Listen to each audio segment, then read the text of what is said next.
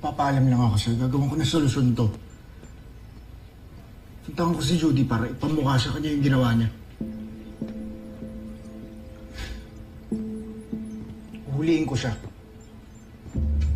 Dadalhin ko siya dito sa camp.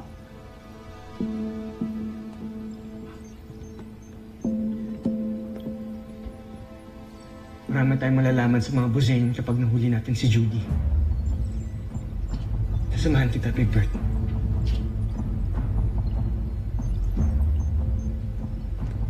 Little John, tawag ka agad kay Kuya kapag may emergency.